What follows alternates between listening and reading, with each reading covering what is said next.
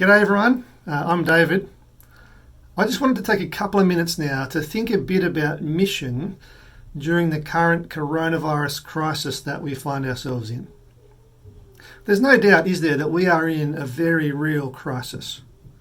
Like many of you, I'm stuck at home at the moment on lockdown orders. I'm here with Sarah, my wife, and our kids. Our kids haven't been to school for 5 weeks now.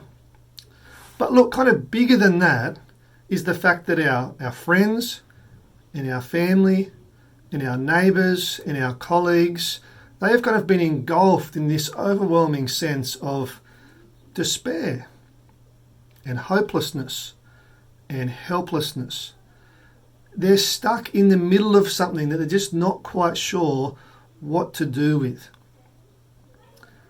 And friends, it's in the middle of that we have something incredible to offer. We have hope. We have the hope that comes from the gospel. The hope that comes from the death and the resurrection and the return in glory of Christ Jesus. And it's because of that hope that God has given us this incredible opportunity to speak life into the darkness of the situation that we find ourselves in at the moment.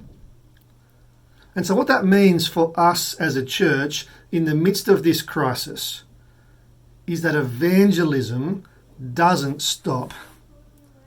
Reaching Dubbo with the gospel doesn't stop. In fact, if anything, it should make the necessity of evangelism more urgent than ever. God's purposes for us as a church remain the same. To be on mission, reaching the lost in Dubbo with the gospel of Christ so as to see the lost saved. That doesn't change. Our purpose to be reaching Dubbo with the gospel doesn't change, and it won't change. But it is worth acknowledging that the way that we do that has to change. Because of the current situation that we're in, the way we go about reaching Dubbo with the gospel, it's got to change. And so we need to be creative.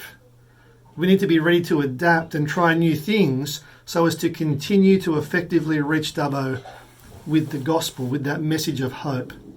And so over the next few weeks, I want us together to think a bit about how can we as a church continue to effectively reach Dubbo with the gospel, with the message of hope and life.